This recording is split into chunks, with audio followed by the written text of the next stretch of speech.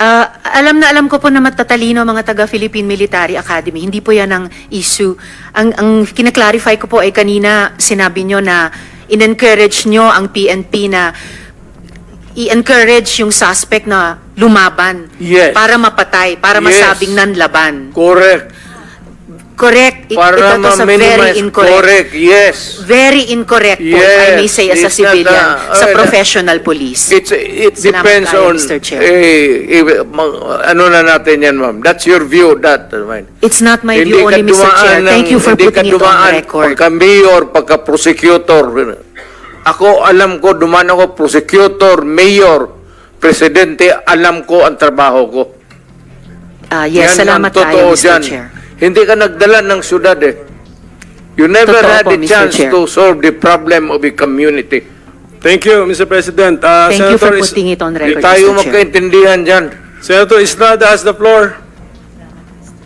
Thank you, Mr. Chair. At Alam kung niyo, pabalikin ako, sir, gagawain ko uli yan.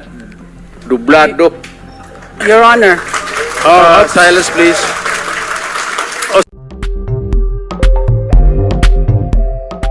Bago natin Senator iwan Risa. po yung salamat kayo, Mr. Chair, before we leave the victim families, also for the information of the committee, nandito rin po kasama natin si Vincent Go, ng tinawag nila sarili nila night crawlers.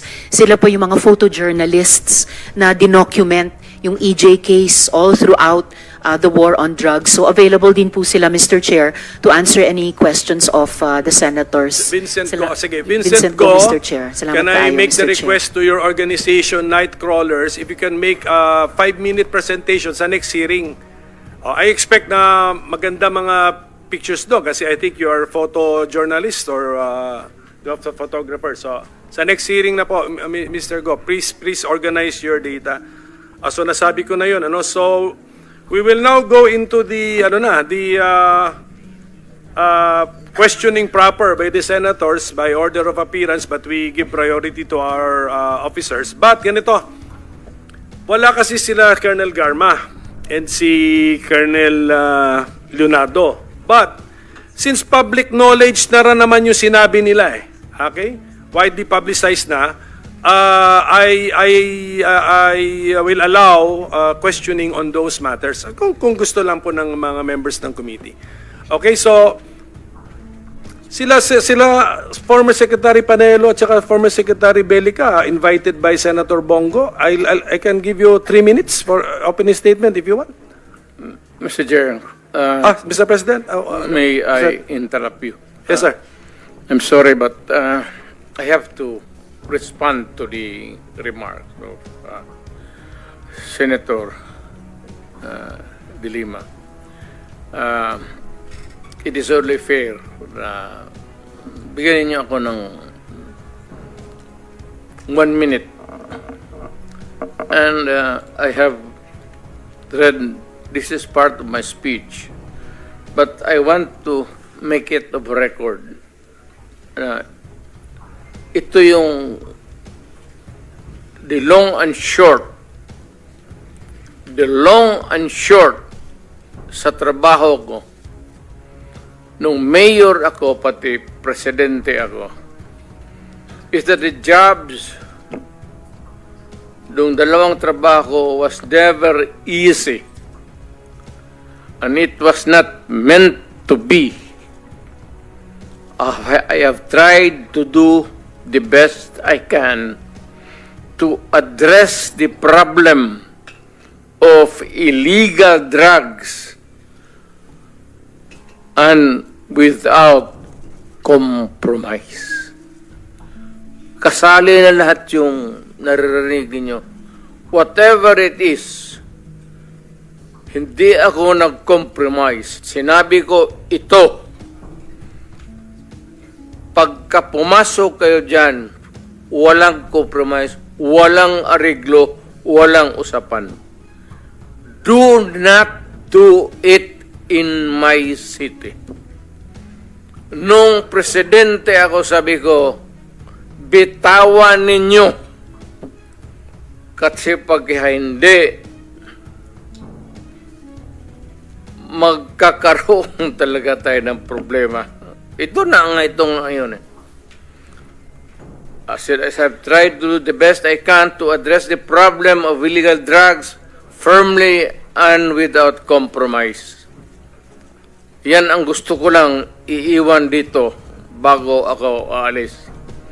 O bago ako alis sa mundong ito. For all of its successes and shortcomings, it was not a perfect one. Maraming mali. Baka may maraming krimen. Alam mo, gusto ko lang iiwan ito sa Pilipino. I would never have any other chance maybe in the future. That for all of the successes and mali o ano, I and I alone take full legal, moral responsibility. Yan ang iniiwan ko sa inyo. I am ready for your questions. Thank you. So, okay, so I assume, Attorney Panelo, Mr. Belica, no more opening statement? I have, Your Honor, please. Sige, can we observe strictly 3 minutes? Yes, go ahead, sir. Thank you, Mr. Chair. I, Salvador Panelo, hereby depose state under oath that from July 2016 to October 2021, I was the Chief Presidential Legal Counsel of then President Rodrigo Roa Duterte. From October 2018 to April 2020, I also served as Presidential Spokesperson of PRRD. As Chief Presidential Legal Counsel, I provided legal advice to PRRD on various matters and issued statements providing legal support for the actions of PRRD and its administration. As Presidential Spokesperson, I spoke on behalf of PRRD on matters of public interest, actions, policies, programs, official duties, and accomplishments of his administration.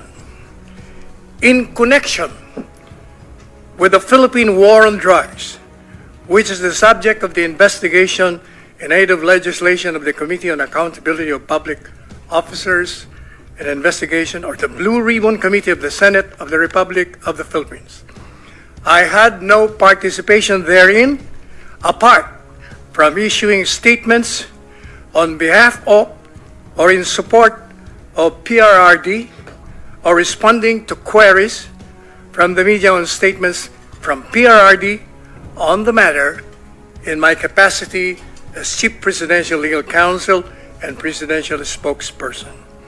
During my tenure as Chief Presidential Legal Counsel and Presidential Spokesperson, and even thereafter, I did not observe or otherwise acquire knowledge of any malfeasance, misfeasance, or nonfeasance in connection with the war on drugs by any government official, including former President Rodrigo Roa Duterte, Senator and former Special Assistant to the President Christopher Lawrence Bongo, and Senator and former Chief of the Philippine National Police Ronald Bato de la Rosa. Specifically, I did not observe or otherwise acquire knowledge of any reward system for killing of illegal drug personalities, any orders to kill drug lords or to implicate political opponents in the illegal drug trade, or any other illegalities alleged before the Committee on Dangerous Drugs, Public Order and Safety, Human Rights and Public Accounts, or the Quad Committee of the House of Representatives. From my point of view, Can you wind up, sir? yes, Yes. last paragraph. Okay, go ahead, sir. From my point of view, there was nothing illegal with PRRD's war on drugs because it was a legal and necessary response to the country's pervasive and destructive drug problem. PRRD merely complied with his constitutional duty, which is his prime duty, to serve and to protect the people, and his campaign promise and mandate to rid the country of the drug menace. Salamat po, Thank sir. you. Yes. Thank you. At you submitted an affidavit. Then. Mr. Belica, pero keep it within 3 minutes. Yes, sir. Thank you, Mr. Chairman. I am Greco Belica, former Presidential Anti-Corruption Commission Chairman, and I am executing this sworn statement to comply with the directive of the Philippine Senate's Authority of Public Officers, an investigation subcommittee in relation to its motu proprio investigation in the aid of legislation on the Philippine War on Illegal Drugs. That President Duterte created the now defunct PACC through Executive Order Number 43, which was signed in October 4, 2017. That the PACC was created under the Office of the President to directly assist the President in investigating and/or hearing administrative cases primarily involving graft and corruption against all presidential appointees as defined by Section 5 EO 43, and to perform such other duties as the President may direct. That on January 12, 2018, I was appointed as one of the 4 commissioners of the PACC and 1 chairman. Thereafter, in March 15, 2021, I was appointed as chairman of the PACC following the passing of my predecessor. And I left office at October 8, 2021, when I filed my certificate of candidacy to run in the election. That my previous position and function, as well as jurisdiction of PACC, did not extend to any investigations and operations on illegal drugs, but mainly focus on investigation over alleged graft and corrupt practices by presidential appointees within the executive branch of government. That paragraph A, section 5 of EO 40 define the scopes and jurisdiction of the PACC that states the Commission shall have the power on complaint or motu proprio and concurrency with the Office of the Ombudsman to hear, investigate, receive, gather, and evaluate evidences, intelligence reports, and information in administrative cases against all presidential appointees of the executive branch of government. Occupying the position of Assistant Regional Director or equivalent to the rank higher otherwise classified by salary grade 26 up, including the members of the governing board of instrumentality. That consistent with Section 10 EO 43, complaints and cases filed or extended to PACC relating to possible violation of RA 92165 are immediately referred to PDEA, DOJ, PNP, NBI for proper investigation. That the best of my knowledge and recollection, all illegal drug-related matters outside PACC's jurisdiction were referred to these agencies. That outside from my previous official position in the PACC, the only involvement that I personally had with respect to the anti-illegal drug campaign of the government, before and after President Duterte is in my personal capacity as a minister of the gospel and founding chairman of the Yeshua Change Agents Organization. Sige, I will let you finish the paragraph. Sige, just continue finish po na po. doon. Hanggang top. Through the YC, I have helped and continue to help in the demand reduction program of the government by helping in the prevention campaign of those at risk of illegal drug use, as well as the rehabilitation and recovering of former drug dependents. Okay. Thank you, sir. Thank you. I have a copy of your affidavit then. Salamat po. Thank you. So now we will commence with our questioning by the senators. Upon the request of Senator Bato de la Rosa, is there Colonel Grijaldo here? Colonel Grijaldo, upo po kayo rito kasama namin. Wala. Senator De La Rosa will be the one to introduce him maybe when he asks questions too, directed to Colonel Grijaldo. Okay, pursuant to our guidelines, we will now commence the questioning. We will have to start with our Senate officers. So I now recognize Senator Jinggoy Estrada. You have 10 minutes, sir. 10 minutes. Thank you. Thank you, Mr. Chair.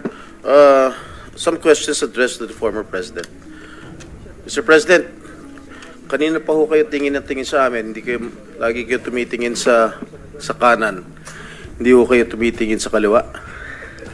Nagpapansinan na ba ho kayo ni Senator De Lima? Wala maganda dyan, dito lang.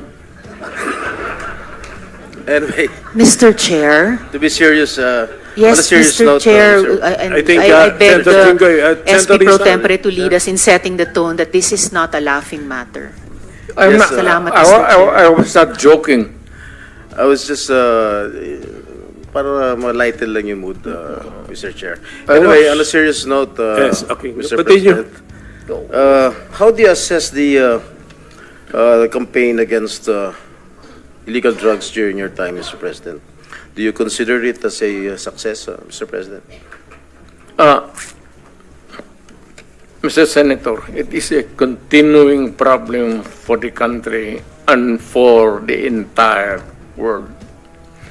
The drug problem is a very serious and pernicious, virulent ailment that the country is facing. Panahon ko and the previous presidents, yung panahon ko, hindi siguro ninyo nagustuhan, not you, yung the entire country. I am addressing the entire country. Baka hindi ninyo nagustuhan. But yun ang style ko. Sinabi ko nga, I tried to do the best that I could. Eh kung nagkulang ako, pasensya. Pero ang solusyon during my time was a call of duty of the president. Ako yun. Kasi ako yung presidente sa panahon ko. At hindi ako nagkulang, Mr. Senator. Nag-warning ako lahat narinig ng Pilipinas. Huminto kayo sa droga. Bitawan ninyo, drop it. Kasi magkakaproblema talaga tayo. Pag nakita tayo sa isang kanto at hawak mo ang droga, problema na talaga yan. So, yun nga, nagkakaroon tayo ng problema. May patayan. But it was not a state-sponsored killing. There was never an official order to the police and the military and to the agents of government to kill. Andyan si Senator De La Rosa. Wala akong sinabi na ganon kasi abogado ako. Ang sinabi ko, yung sinabi ko nung nagtuturo ako sa Police Academy, that in your fulfillment of duty, yung elements of self-defense would apply to you pag you are trying to arrest a person. Alam mo, ang trabaho ng pulis kasi, pag sinabi mong aarestuhin kita, hindi hinto dyan. The police must arrest and overcome the resistance para madala mo yung kriminal doon sa istasyon at mabuk mo para makulong. Yan ang problema at naawa ako sa mga pulis. Hindi mo masabi, bitawan mo yung baril at pag hindi sumunod, sabihin lang ng pulis, o sige, bukas makita tayo dito, huwag ka nang magdala ng baril. Hindi yun ang tinuro ko sa kanila. Nagtuturo ako sa Police Academy. Yan, lahat yan sila dumaan sa akin. Yan, because Yan ang turo ng sa College of Law. That's the law. Kung ano yung sinabi ko sa pulis, batas yan. Walang compromise dyan when you are arresting a person. If he resists, pag ayaw magpa-aresto, you have to overcome him. His resistance. Ngayon, pag lumaban, nagkaletse-letse, may baril, may... magpatayan talaga. Kaya yan ang problema ng pulis, kaya naawa ako. Kaya ako rin nandito, guns, siguro, paano na rin ng God sent yung invitation ninyo. Naawa ako dito sa mga pulis na tinatawag ninyo at inaano ninyo, yung trabaho ng pulis kasi involves personal contact. Walang trabaho sa pulis, sabihin niya, halika dito, bitawan mo yan, mag-surrender ka, sumama ka sa akin. It is always a confrontation, and if the other guy is armed, there will always be kamatayan or injuries. Mr. President, if I may... Yes, sir. Kasi napapanood ko kayo sa TV, nung hindi pa ho ako senador, during your term, na meron ho kayo sinasabi, uubusin ko kayo, papatayin ko kayo. Ano po ibig sabihin? Sino po yung uubusin ninyo? Sino yung papatayin ninyo? Ito ba yung mga user, mga pusher ng illegal drugs? Yes, sir. Lahat. Hold-upper, kidnappers. Hindi lang sa drugs? Hindi lang droga, sir. Lahat po. When I was mayor, kalaban ko lahat ang criminals. Huwag naman yung mga staff, Wala akong pakialam dyan, yung mga cheque-cheque. Yung mga kidnappers, sa Mindanao po, marami yan. At yung mga lawless elements doon, when they go on a rampage, they take over the entire municipality. I-hostage na lang yung municipality, yung bangko lahat doon, hino-hold up, at yung police hindi makagalaw kasi nakapalibot sila and there are civilians. And they cannot start a war because the civilians eventually will be killed in the process. Pati sila. Nung sinabi niyo pong uubusin ko kayo lahat, papatayin ko kayo lahat, ito ba ho yung naging resulta kaya marami hong naging patayan, Ginoong Pangulo? Literally, yes. So, pero wala ho kayong inuutos sa mga dating chief of police ninyo, Sir, chief of PNP na pumatay? Warning lang na istorya mo lang yan, sir. Chismis lang ho? Alam mo, pagka mayor ka o presidente ka, pag sinabi mo, hoy, huminto kayo dyan, masama yan, illegal yan, walang mangyari sa syudad mo. Pag sinabi mo, kayo, huminto kayo, papatayin ko kayo. Pag hindi sila huminto, of course, the police would come in. Sabihin ko sa police, pag naghawak ng baril, ito yan sila, dumaan yan sa Davao lahat. Koy, pati, ito, si Danao, lahat yan sila, dumaan ng Davao. Ang order ko talaga sa kanila, pag maghawak ng baril, patayin mo na para one less criminals. Bukas mag-hold up na naman yan, may poproblema na naman tayo. Ganon rin sa pusher. So, Ginoong Pangulo, nung mayor po kayo ng Davao, do you confirm the existence of the Davao Death Squad? No, sir. Wala ho Wala. Davao Death Squad. So More ano than po yung one. iniimbestigahan ni former Senator De Lima nung siya'y chairperson ng Commission on Human Rights? Well, Ang iniimbestigahan po niya yung DDS, if I'm correct. Am I correct? I don't know how the term was coined. Senator De Lima, were you investigating the Davao Death Squad when you were chair of the CHR? Yes, that was the But focus. the former president doesn't confirm the existence of the Davao Death Squad. That has been his position nung tinanong ko ho siya, nung nag-appear siya sa public inquiry, na there's no such thing as DDS. But there are people, there are witnesses who said that there is such a thing as Davao Death Squad. It may not be the correct term, or it may not really be or explicitly called the Davao Death Squad. Who But, coined who coined that name, that phrase, the Davao Death Squad?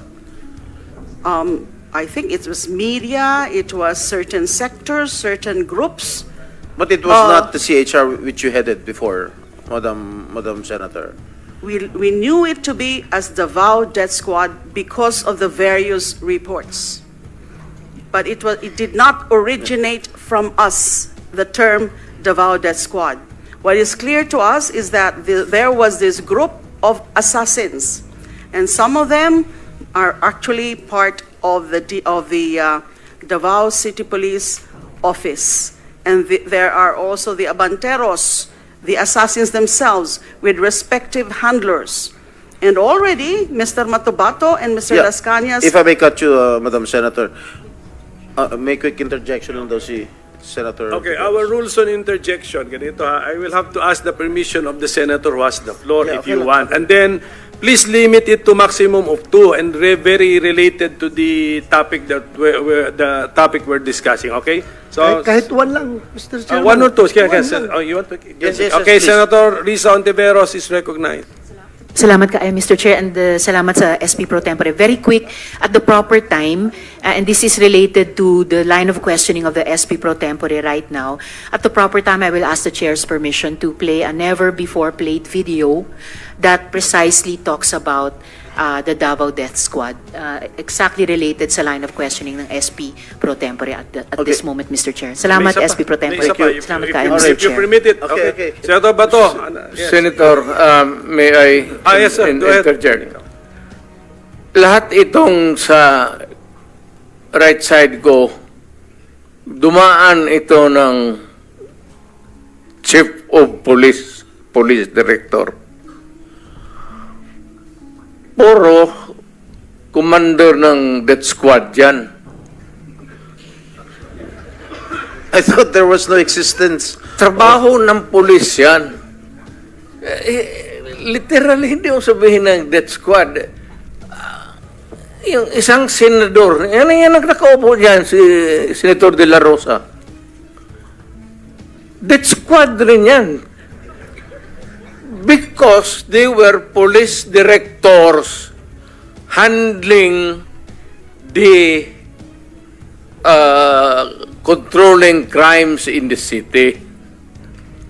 So, pag sinabi mong death squad, it's a very loose term na ginagamit mo lang parang ganon isili. Lahat yan sila, ito, si Danao, ayan o. Nagdadasal kasi sa kasalanan niya siguro. Magkano bang, ilan bang pinatay mo? Dumaan yan. Ito, De La Rosa. Tanungin ko sila ngayon. Tanungin ninyo. Openly, lahat yan dumaan pagka-police chief. Pati yan si Gamboa. Tanungin ninyo. Danao, kung may utos ba ako na patayin ninyo yung tao na nakatali yung paa, pati kamay sa likod, or assassinate them. Ang sinabi ko, ganito, prangkahan tayo, encourage the criminals to fight. Encourage them to draw their guns. Yan, buhay yan. Ayan ang sila, yan ang instruction ko. Pati yan si Kuy. encourage, pati yan si De La Rosa, encourage them lumaban. Pagka lumaban, patayin ninyo para matapos na ang problema ko sa siyudad ko. Tangina yan. Noong na-presidente ako, ganun rin sa command conference. Diyan sa Malacanang. Yan ang utos ko. Bakit ko pagbigyan important? Mag-criminal, they go after the innocent people robbing. Mabutit na lang sana kung aakyat ng bahay. Mayor ako matagal. Aakyat ng bahay, magnakaw, re-rapin yung bata, re-rapin yung babae, tapos papatayin. Kung ikaw ang mayor, how do you deal with the problem? Ano Mr. kaya ang tingin ninyo sa... Hindi... I'm sorry to tell you, I'm sorry to express to the nation. Unforgiving ako. Hardliner. Alam nila yan. Pati pulis alam nila. They are not ready siguro to talk about it. Sinabi ko yan sa mga pulis. Putang ina kayong mga pulis, pag pumasok kayo dyan sa droga, kayo ang mauuna. Mr. Chair. No need to strike it out if that is the real way that the mayor then phrased his sentence. Okay, as chairman, Mr. President, fact-finding muna. General Gamboa, you were formerly Chief of Police of Davao. Lahat yan sila. Yes, answer. Yes or no? Yes? No, sir. No. Okay. General Danao, former Police Chief of Davao? Yes, sir. Okay. General Sinas, former Police Chief of Davao? No, sir. No. Catalino Coy, former Police Chief of Davao? Yes, Your Honor. How about Karamat, former Police Chief of Davao? Ah? Sa mic, sir. No, sir. Okay, para klaro. Okay. Sige, so, just- ako, Ako, Mr. Chair. Floor, Senator, Mr. Chair, has the floor. Okay. Ako, hindi mo ko tanungin? Yes, we need to Former answer. Chief of Police ako ng Because Davao. alam ko, Chief ka ng Police, but former Chief Yeah. of Davao. Yeah. Okay. And Mr. Chair, Sige, kanina, yes, he's you allow allowing me you. Sige, short, one. short introduction.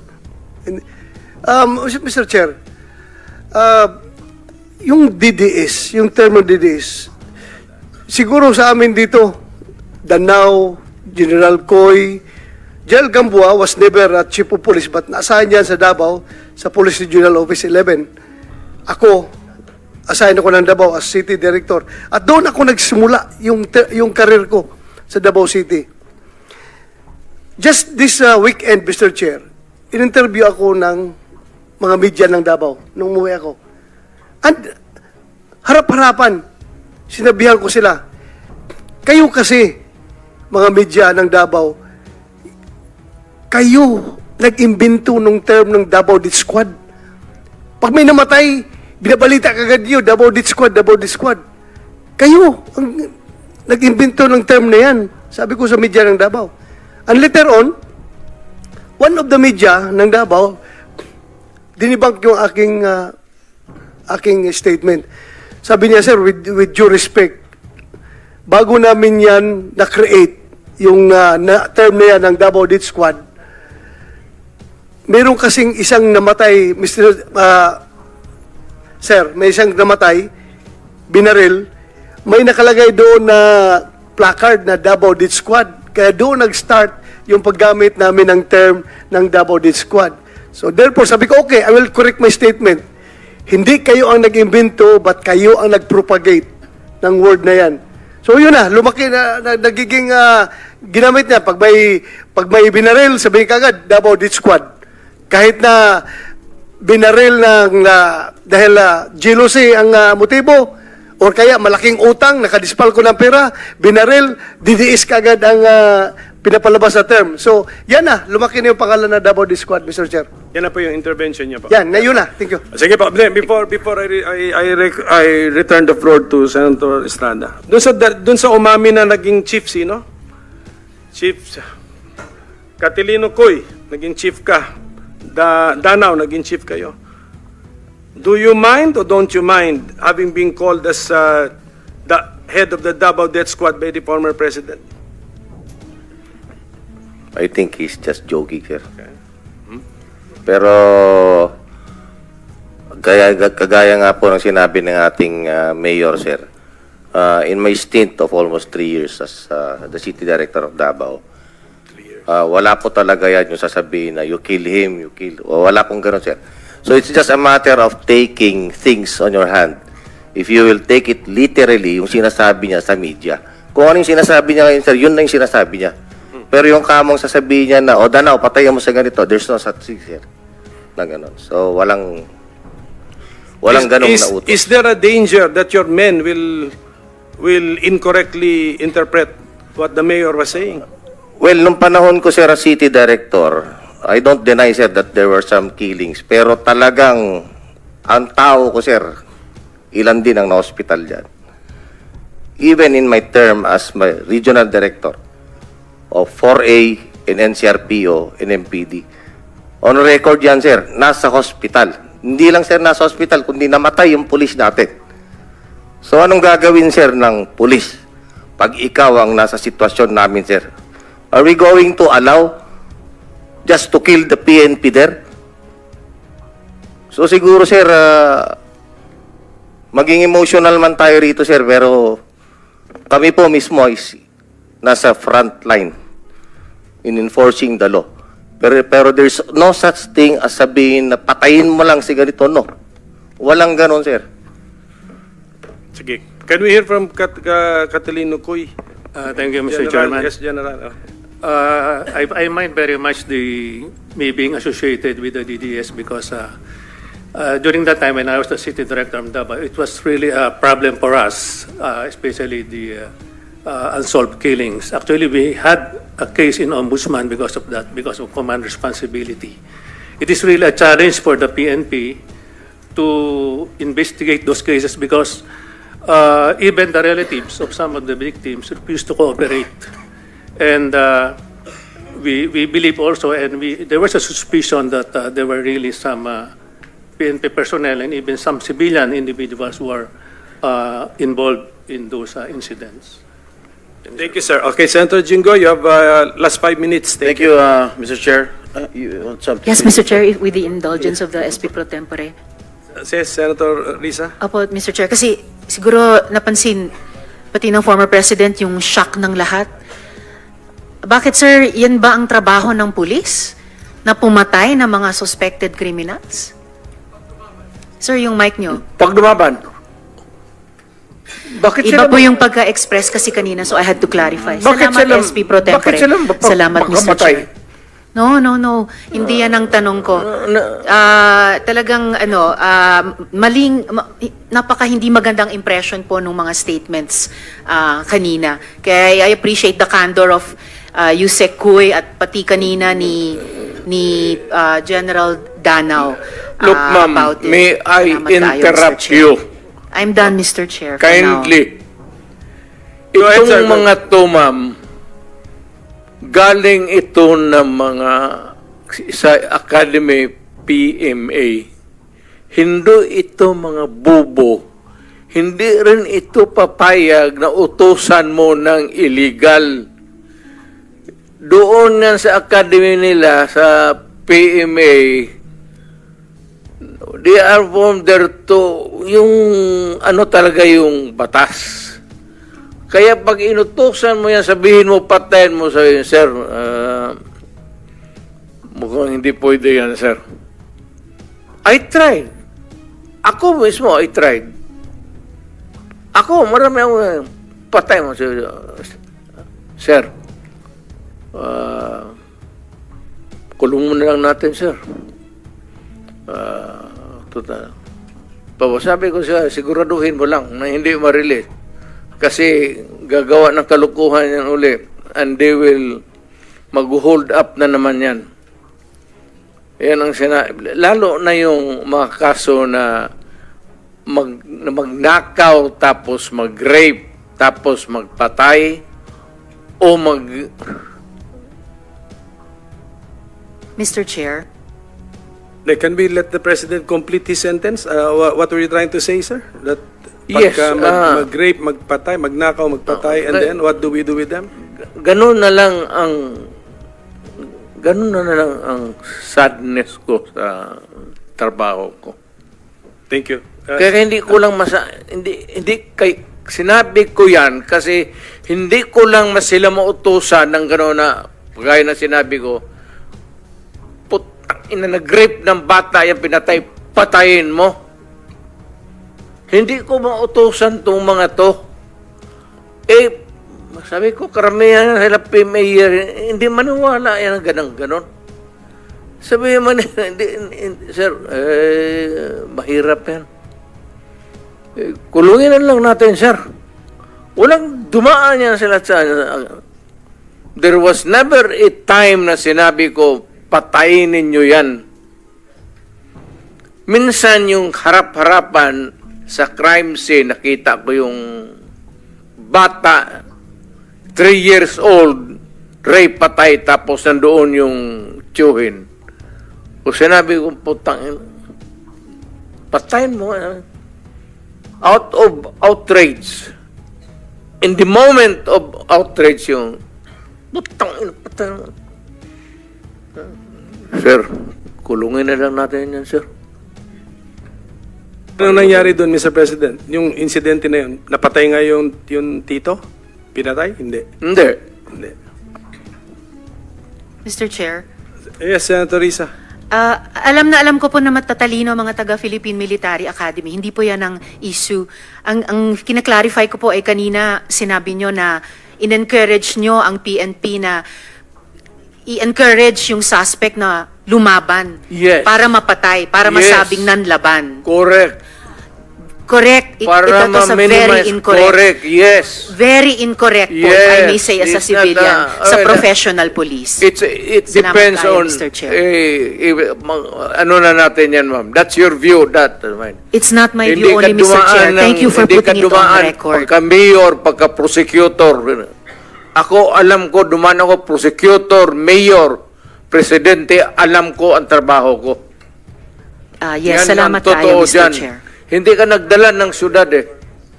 You never Totoo had po, the Mr. chance Chair. to solve the problem of a community. Thank you, Mr. President. Thank you for Senator putting it on Hindi record, tayo Mr. Chair. magkaintindihan dyan. Senator Estrada has the floor. Thank you, Mr. Chair. At Alam kung niyo, pabalikin ako, sir, gagawain ko uli yan. Dublado. Your Honor. silence please. Osaa, silence the gallery and those who will do that again, exclude them from the hearing hall. Gallery, please do not encourage me. Okay, Mr. Stay President. Okay, Mr. President, it's now Senator Estrada who has the floor. Thank you, thank you. Thank you, Mr. Yes, Chair. sir. Alam niyo po, nag-mayor din po ako ng San Juan, kaya I know where the former president is Marami ko rin coming siguro from. pinatay, sir. Alam ko. Mr. Chair, Mr. President, bibigyan ho namin kayo ng pagkakataon to air your side dahil nung napanood ko po yung mga revelations ng mga resource persons sa Quad Committee sa House of Representatives. Marami po mga revelations po ang mga naglabasan, katulad po ng kay Colonel Garma. Ang sabi po niya, she received a call from you sometime in May 2016. Can you confirm this, Mr. President? Ay, hindi ako tumatawag ng pulis. Bahay? Yung sabi niya doon sa bahay? Hindi ko pinapupunta ng... Before you assumed the presidency, you were still president-elect at the time. Sabi niya May 2016. So I presume you were still president-elect, Mr. President. I do not remember Calling her. calling her. And for what? Yung presidente ako, nandyan na yung lahat nasa akin na ang... Ang sabi po kasi niya dun sa kanyang revelation dun sa Quad Committee, nagpapahanap din po kayo ng isang police officer na miyembro ng INC. Tama po ba ito?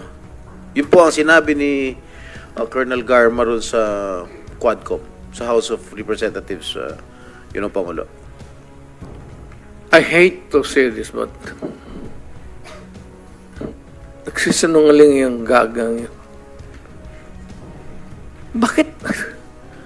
Bakit ako mamili ng Iglesia ni Cristo? Di, yung mga aglipay, pati isali ko na lang. Yung Mormons. Why would I zero in sa Iglesia ni Cristo? For what reason? Yun po ang sinabi ni... Kaya, sir, Opo. I am just trying to explain ko kung bakit ako magpatawag ng Iglesia ni Cristo. Di, ipatawag ko na lang yung Mormons, pati yung Aglipay. Trabaho nila yan, sir. Ako, Mayor Presidente. Wala akong pakialam kung anong relihiyon ninyo. Trabaho kayo dyan. Alam nila yan. Alam nila yan kung paano ko sila murahin. Do not give me that shit to tang. Mr. President, pero gaano niyo po kakilala tong si Colonel Garma? At kailan niyo po siya nakilala? Saan ba ito nagka-problema itong babae na ito? Hiwalay ito sa asawa eh. Si Niligawan Bilila niya ba po? yun? Oh, si Bilila. Niligawan niya po? Sino? Si Garma?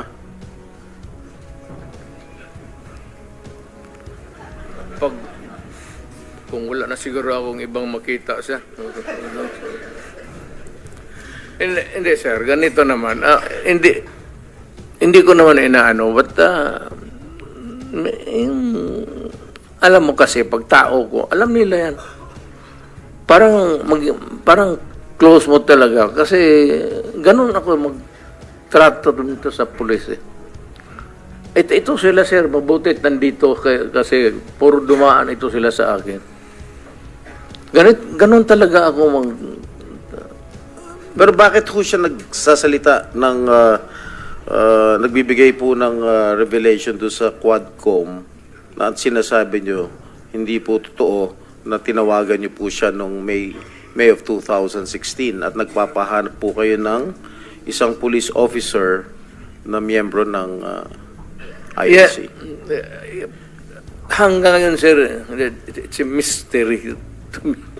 Bakit ko siya tatawagan at bakit ko sabihin sa kanya maghanap ng Iglesia ni Cristo na marami namang pulis sa Davao na membro ng Iglesia ni Cristo? Why would I specify a person belonging to a religious sect when, as a matter of fact, there are a lot of policemen who are members of the Iglesia ni Cristo in Davao City? What would be the point of asking for a special person? Hanggang ngayon, sir, hindi ko nga mafatong. So sabi ko, well, I don't know, but it's a lie. Or making up stories. I don't know what she's driving at o ano ang gusto niyang Motibo? ipalabas sa at the end of the story. Mr. President, kilala niyo po itong si General ba ito? Leonardo? Colonel Leonardo. Yes, sir. Sino po ang nagrekomenda sa inyo na i-appoint po si General Leonardo? Kasi base ho ron sa testimonya ni Colonel Garma, siya yung nagrekomenda kay Leonardo sa inyo para i-appoint. Totoo po ba? Wala, sir, kasi alam mo, I cannot create a unit sa police because we do not have that kind of authority now. Hindi ako pwedeng magtawag ng police dito o sige, kayo ang unit and you are you do this job. You have to clear it with the at hindi papayag itong mga chief of police kasi meron yan silang organization mismo for drugs and for itong whatever. mga specialized narcotics, tapos itong mga smuggling. Hindi, Kasi po, ang testimonya po ni Colonel Garma sa Quadcom sa House of Representatives, tinuturo po niya itong si Leonardo na nagbibigay po ng reward money sa mga police officials na nakakahuli o nakakapatay po ng mga drug pushers. Gusto ko lang, at least you can air your side, Mr. President, kung talagang totoong may reward money o wala. Sir, sagutin kita ng ganito. Bakit ako magbayad sa kanila? Trabaho mo nila yan. Kung may pera, bulsa ko na lang. If there is a fund for that, why would I give it to them? Trabaho nila yan eh. The best that I could, minsan, is pupunta ako. Iyaya ko yan sila na magkain. Or kung may mga problema sila na personal, alam mo sir, ganito yan eh. Yung policer, maliit lang talaga yung sweldo. Maliit talaga, hanggang ngayon maliit talaga ang sweldo. Pag hindi pumasok ang local chief executive o city mayor at may problema ang personal yung police, cancer ang asawa, sweldo. Walang ibang puntahan yan, ikaw. Pag hindi mo tinulungan ang policer, patay. Yung sweldo nila cannot cope up with the demands of mga problema. Minsan, yung tanongin ko, ilan ang anak ko?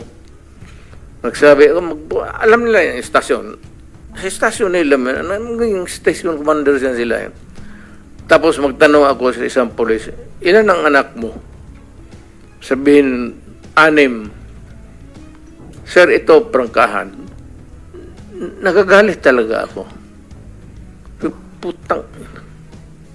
Sildo mo ng ganon, tapos sige ka, putulin ko yung, barilin ko yung,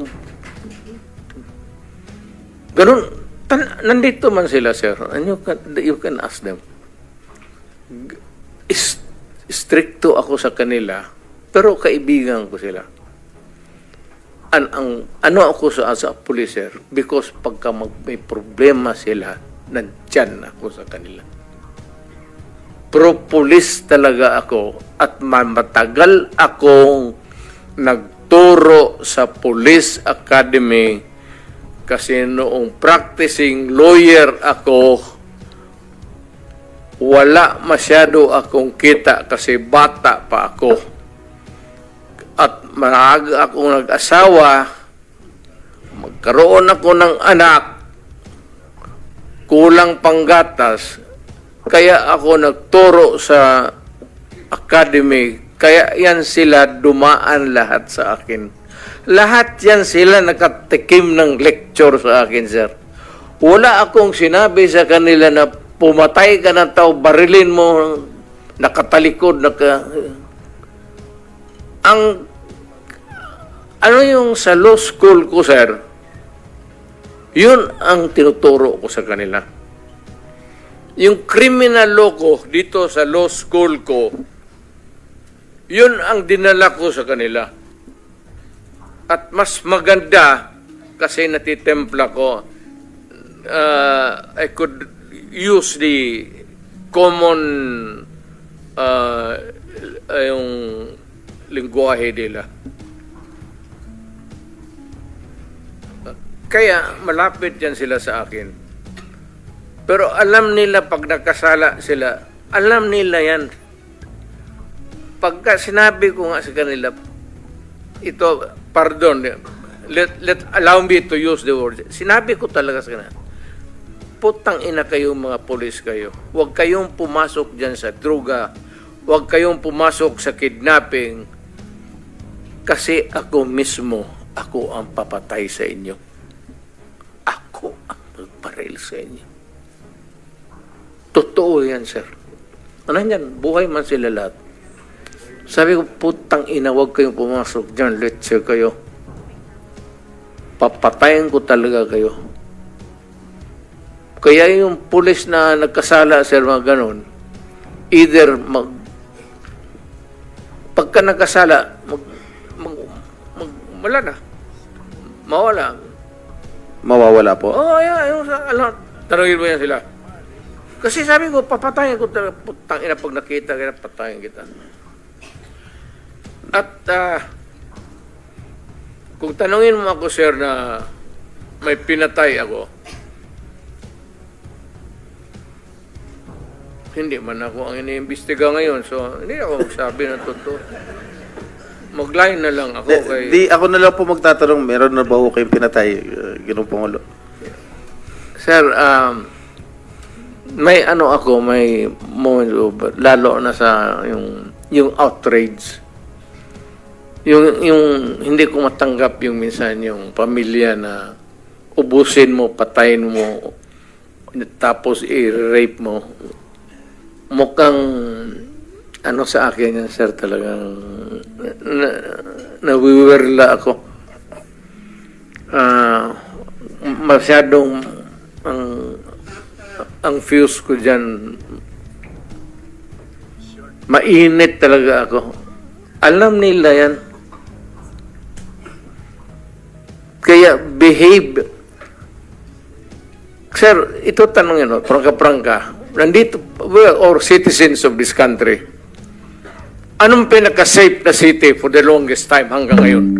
Tanungin ko kayo. Nung panahon po ng tatay ko, San Juan po. Kasi sir, binaback-upan ako ng tatay mo. O, totoo. Huwag na lang tayo ilabas na lang natin. Ang sabi ng tatay mo sa akin, sir, you do what you have to do to make your city safe. Kasi ang Davao nababalitaan na maganda. Kaya ang Davao nag-flourish. Kaya ang Davao malinis. Kaya ang Davao ngayon, anytime maglakad ka, walang gagalaw sa iyo. Alam ng tao kasi pag magkamali sila, hindi yung police, they have to deal with me. Dapat ako ang imbestigahin dito kung extrajudicial killing. Wala yan sila. Ako mismo ang... Mr. President, nung time na mayor ka, merong police na nag-involve sa droga sa Davao? Marami, sir. What happened to them as far as you know, Mr. President? Ayan sila. Sila ang may alam. Sige, Hindi. tanungin natin sila. Mr. Sinabi President. ko. Sige. Sabihin mo, 24 hours, sabihin mo sa putang inang pulis mo. Pag nakita ko yan, patayin ko. Sige ba, I will now take the time of Senator Estrada. So, sino yung... wag lang, sir. Huwag ka na lang lumayo. Yan yung katabi mo. Mamaya, sir. Mamaya. Unahin ko muna itong bisita natin because we will always be with him. So, we have lots of opportunities to ask Senator Bato. He is the best performer, sir, kaya na senador. Mr. President, can I ask ito muna sila, General Gamboa, Your Honor? hindi ka man nag-chief ng Davao, but tama na dumaan ka rin sa Davao, sa career mo? At ano highest ang position mo po dun sa Davao? Yes, sir. I was the official spokesman of the Police Regional Office 11 for 2 years. Regional? Yes. How about the city level? Wala, sir. I was never assigned in the city office. How about General Sinas? Sir, you were never chief, di ba? So, dumaan po ba kayo sa career ninyo sa Davao City? Never, sir. Never? Yes, sir. Okay. How about si General Karamat? Hindi, sa mic, sir, para naka-record. Never? Sa career nyo? No, Mr. Chairman, So, sir. only General Gamboa pa sa regional level. What's the pleasure of Senator De Lima? Just one or two sentences, Your Honors. Yeah, please, go ahead. We all heard from the horse's mouth that there are indeed death squads and pointed to certain former PNP chiefs or chiefs of Davao. These are very clear. Davao Death Squad to liquidate criminals, suspected criminals. inducing, encouraging, and prodding people to kill directly or indirectly is not part of the duty of an executive official, whether it is mayor or president. Malinaw po, yung Davao Death Squad andyan. Marami pong sinabi dyan tungkol sila Matabato and Las Cañas. And Colonel Garma has confirmed that there is such a group, only that they are covered by code of silence. Hindi po madali talaga ang kumuha ng mga pag-aamin sa mga police officials na sila ang mga inutusan para pumatay. Ang dami pong mga dinarrate sila Matabato and Las Cañas tungkol sa mga specific cases of killings na yung order either pinapadaan kina Sonny Benaventura or kay Las Cañas, and at times even from then Mayor Mr. Chair, Duterte himself. I'm sorry to interrupt Thank you, the ma'am. good senator. Yes, you have the floor, you have the floor. Go ahead. The former senator is jumping into conclusion. Let the committee decide whether indeed there is an existence of the Davao Death Squad. Senator Estrada, may I Yes. just... Go ahead, sir. Yes, Mr. President. One statement. Kung lahat man ito, kung totoo, palayan niyo ako ng kaso. May korte. At sinasabi ninyo na bakit ninyo nalaman na matay, na ganun-ganun. So, ibig sabihin may witnesses kayo. O, file the case in court or file the cases in court. Sabi ko nga dito sa ano ko, mine and mine alone. Gusto ko ang syudad ko maganda, malinis, at livable. At sa awa ng Diyos, ako ang nauna sa Pilipinas. Alam mo bakit, sir? Ako po'y empleyado lang ng gobyerno. I started as a prosecutor. Kaya kapa ko yung kriminalo, pati yung mga criminals.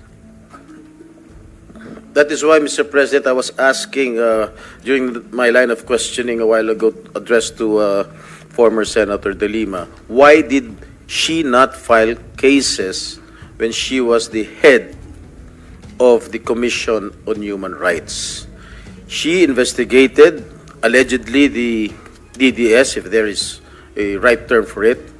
She did not file any cases. You were present, Mr. President, when Senator De Lima, or when she was the chair then of the CHR, you were present during the investigation, if I am not mistaken, Mr. President. Yes, sir. And the president, when I asked him, denied that there was an existence of the Davao Death Squad. My question lang, Senator De Lima, bakit hindi kayo nag-file ng mga kaso kung talagang naniniwala po kayo na meron ho talagang death squad? Why did you not file cases immediately when he was just still a mayor? Yes, Your Honor, nasagot ko na po yun.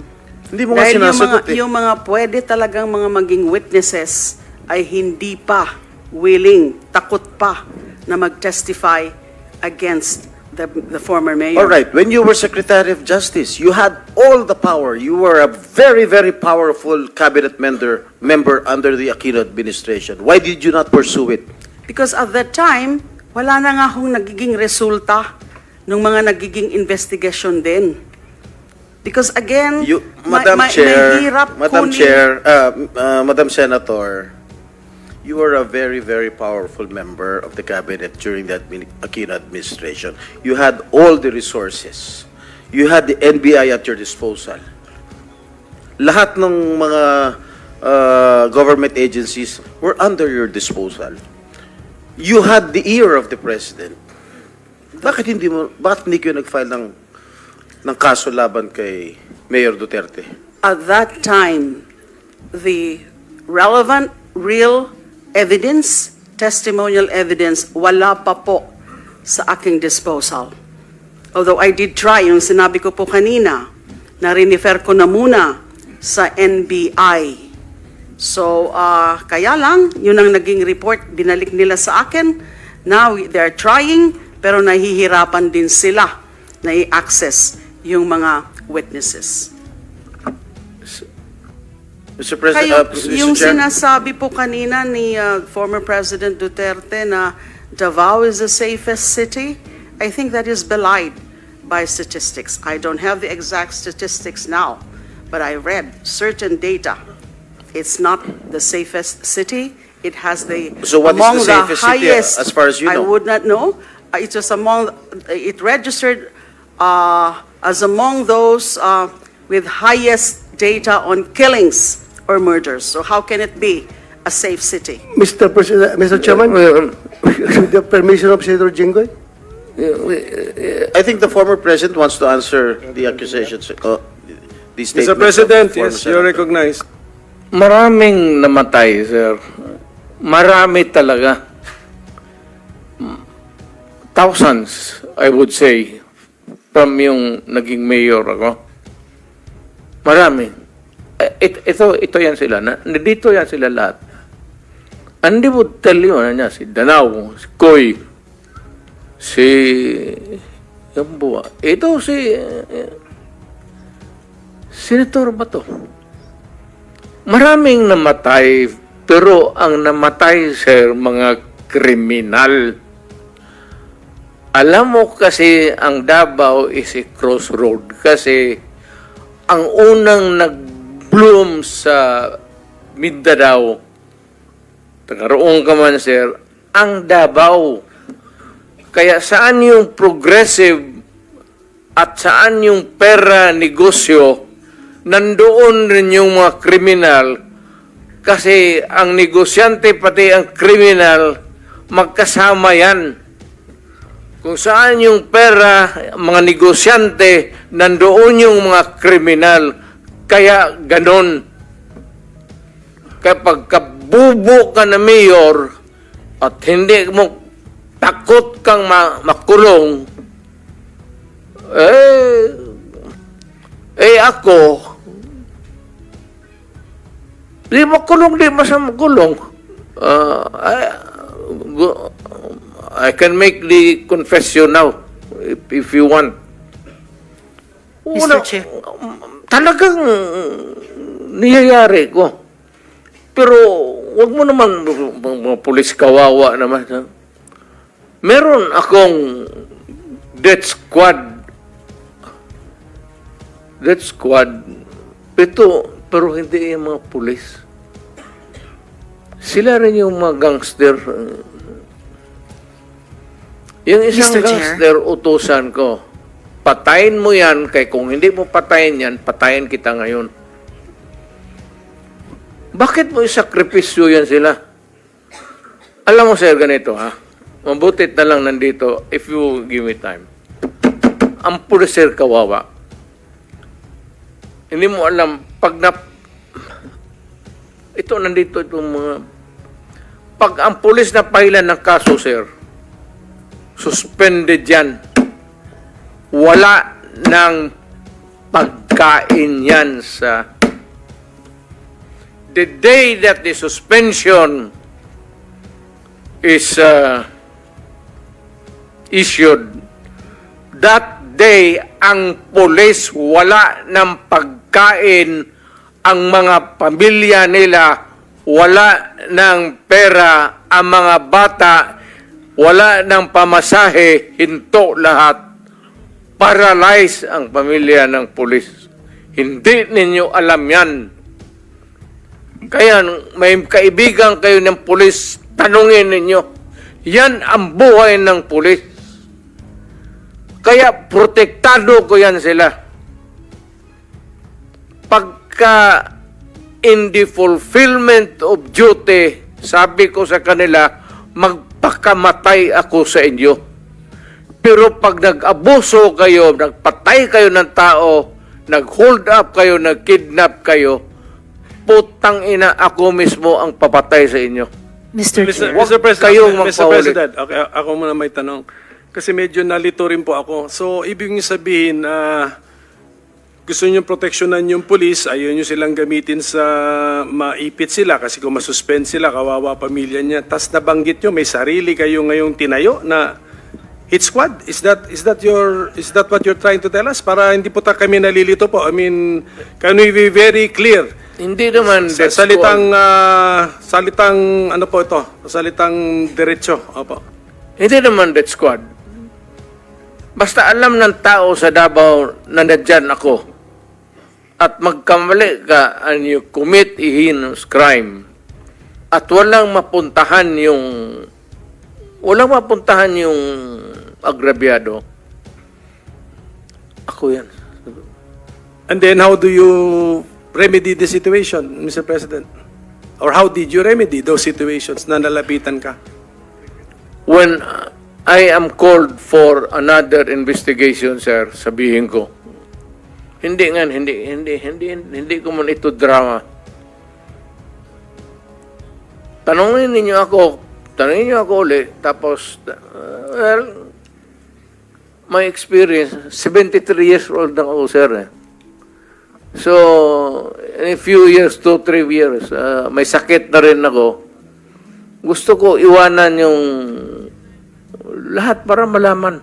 Thank you, Mr. President. Para sa iba pang karagdagang mga balita at impormasyon, ay huwag po nating kalimutang mag-like, share at comment sa video na ito, at huwag po rin nating kalimutang mag-subscribe to continue supporting us.